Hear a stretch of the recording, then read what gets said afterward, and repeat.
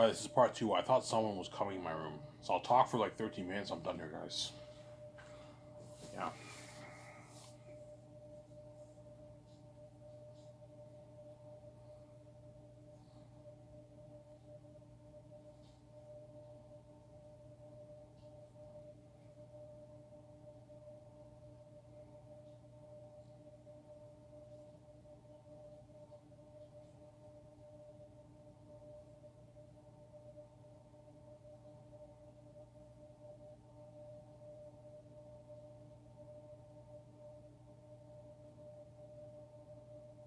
Yeah.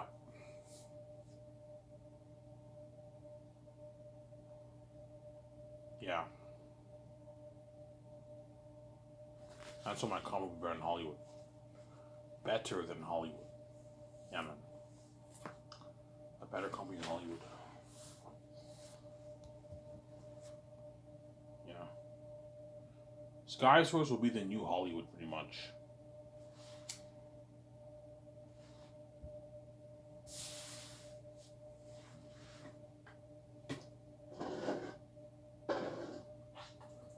Will be the new Hollywood.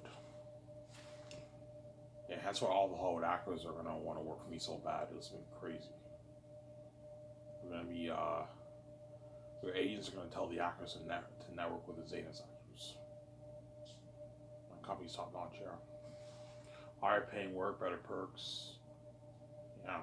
Bigger budget movies, yeah.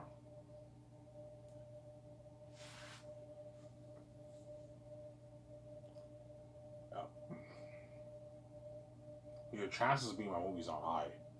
It was like, I don't know, 10,000 working actors in Hollywood. All my movies are going to have on average 20 characters, 25 characters. So your chances of being on movies not high, man. That's why those who are chosen or who get the part are lucky. Whereas those who not get the part are not lucky.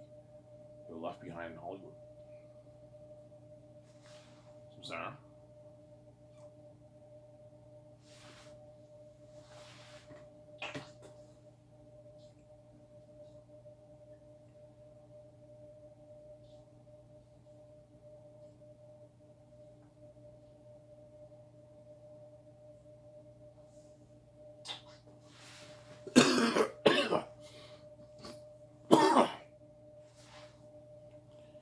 Yeah.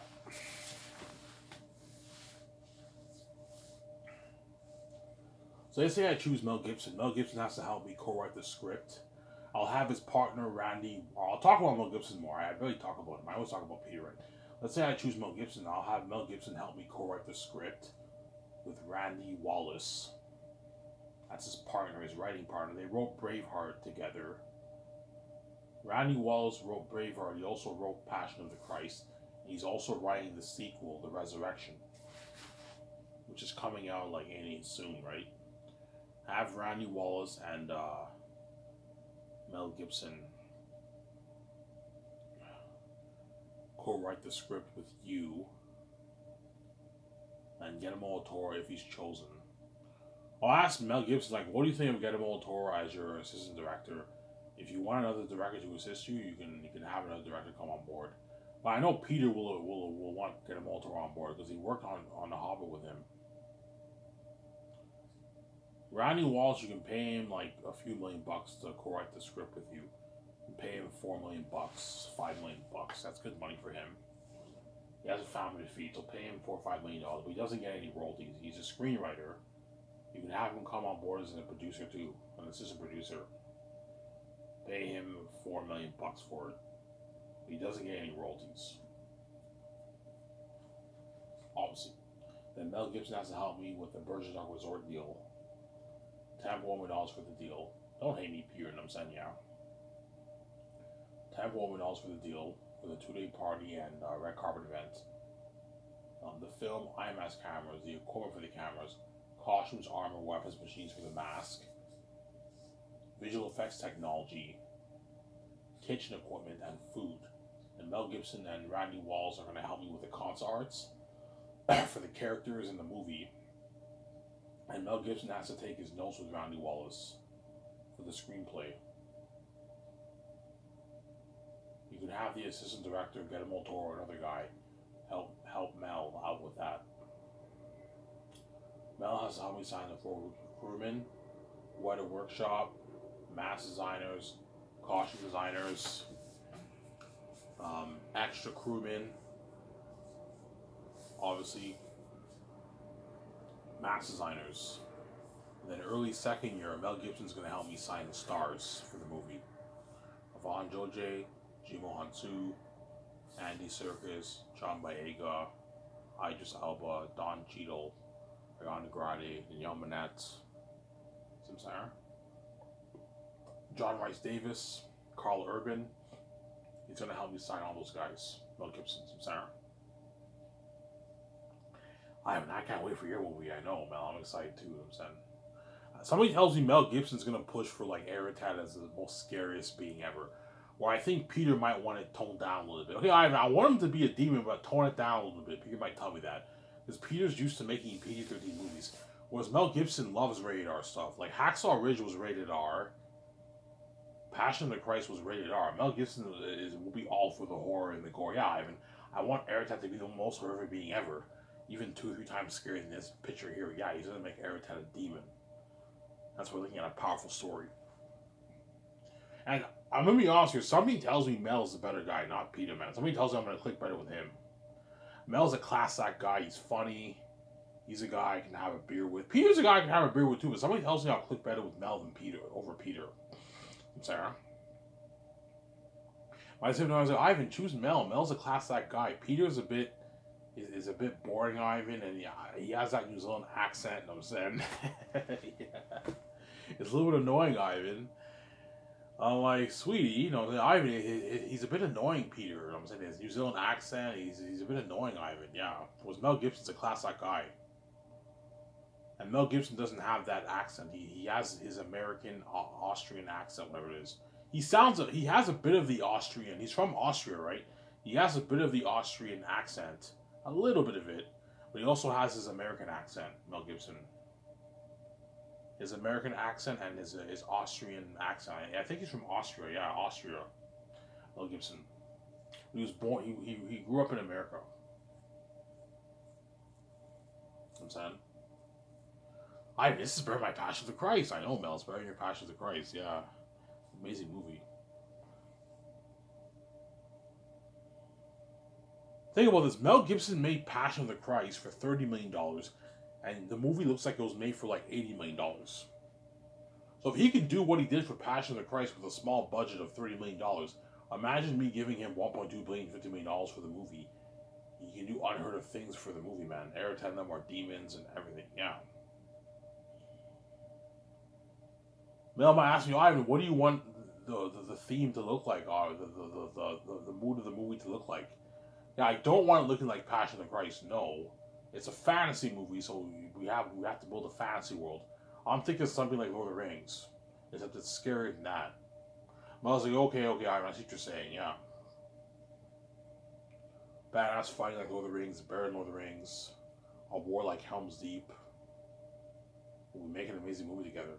Randy Wallace, Mel Gibson, and me, we co-write an amazing script together. Samsara. Yeah, don't hate me, Peter, you know what I'm saying? Yeah. I talk about Peter all the time, right? Yeah, it's about time I talk about Mel. Yeah. Because I might choose him over Peter. High chance he might be the guy, man, not Peter. Yeah, man. Randy Wallace is 74 years old now, though. So which means by the time I do Zane's, he'll be in his 80s. He'll still be fine, though. He'll still be fine. He's a bit old, but he'll still be fine. He can still help me write the script. Yeah, I'm fine. I'm so good. Yeah. Obviously. Pay him a good $4 million to help you write the script with Mel Gibson. I'm sorry, huh?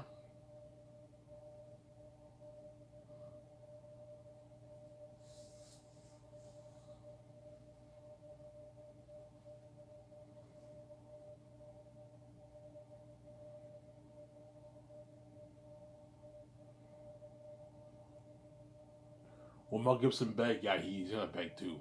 But somebody tells me Mel Gibson's gonna retire after Zane's. If I choose him, somebody tells me after Zane's he's gonna retire. Because I heard Mel Gibson wants to retire soon. So once he does Zane's and he made all that money, made like, I don't know, 150 million after taxes, 160 million after taxes. He has more than enough money in the world to last him for generations. You might, yeah, Ivan, I'm done. I'm gonna retire after this. I achieved my goal. I directed your movie. I'm gonna retire after this. Randy Wallace might retire too after Zanus. He made his $4 million bucks. That's enough money for him to give his kids a will, and then he can live a great life till he passes away like 20 years later. 15, 20 years later, some Sarah. Yeah.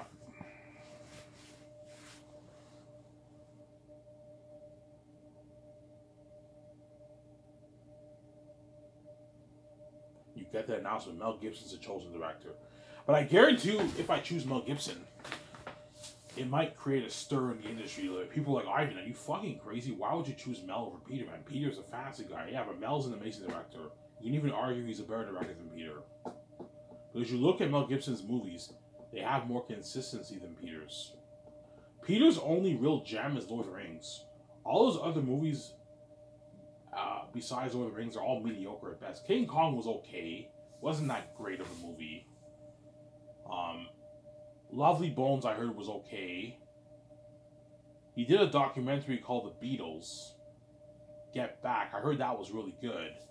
But like Lovely Bones, District 9, he produced that.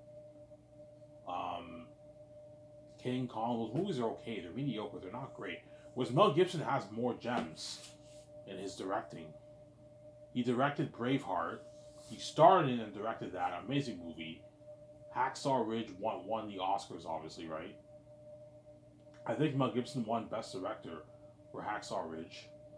Apocalypto, good movie. That was actually a good movie, man. Passion of the Christ. See what I'm saying? Like, all his movies have better consistency than Peter's movies. But Peter did the one movie trilogy that arguably is the best movie trilogy ever made. Lord of the Rings.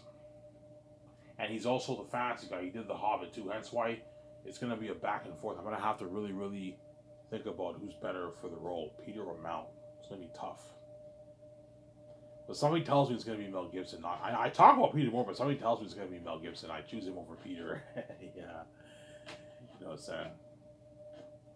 I choose him over Peter, yeah. Yeah.